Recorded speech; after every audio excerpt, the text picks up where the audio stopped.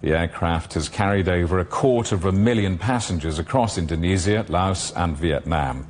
Well, let's talk now to David Learmount, the aviation expert and consulting editor at Flightglobal. David, welcome back. How significant is COMAC's C909 being picked up by Vietjet?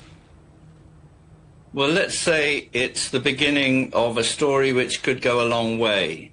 If I think back to the days of the 1970s when Airbus was a name that nobody had ever heard of, and Boeing and McDonnell Douglas were the only names out there that anybody took seriously, and yet you look at where Airbus is now, it started off with just a few airplanes being placed to start with in the home market, and then gradually gaining credence in the international market, and we see where it is now. So we're talking about very early days. We've got a handful of airplanes with 3 foreign airlines, all in the Southeast Asia region. But Indonesia, of course, which is potentially quite a large market for the C909, that could be the start of something big.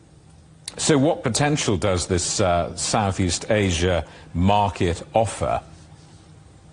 Well, this aircraft, the C909, is ideal for the Indonesian market. Indonesia, of course, is a very large country. If you look at the distance from east to west and from north to south, you've got an archipelago of large and very small islands, about, I think, altogether in the region of 2,000 islands. So you need regional aircraft, small aircraft, short-range aircraft, and medium-range aircraft to cover just the domestic market alone.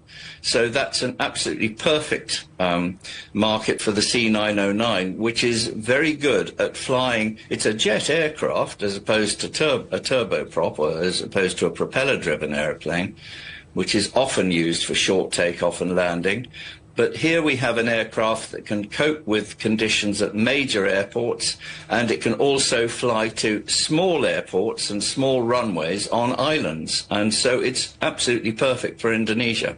David, let's talk about bigger passenger jets. What chance of COMAC really bringing about an end to the Boeing-Airbus domination, this duopoly? Well, the C919 is an aircraft which is almost exactly the same size, capacity, and performance as the Airbus A320 and the Boeing 737 series. So it is a direct competitor. Now, the international market is very, very conservative. They have to trust an aircraft completely before they begin ordering a new aircraft type in any numbers at all. So we're very, very early days with both types on the international market, but they both have tremendous promise. And remember what I mentioned a while ago, that back in the 1970s and 1980s, Airbus was a name that you'd hardly ever heard of, and now in terms of civil jet manufacture, at the moment it's putting out more airplanes than Boeing was, and nobody would have believed that possible at the time.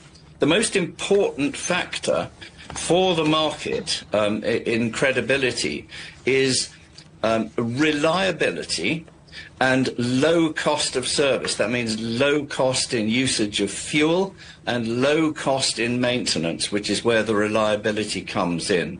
And the reason why early orders will be fairly slow is because it takes time to build up this trust.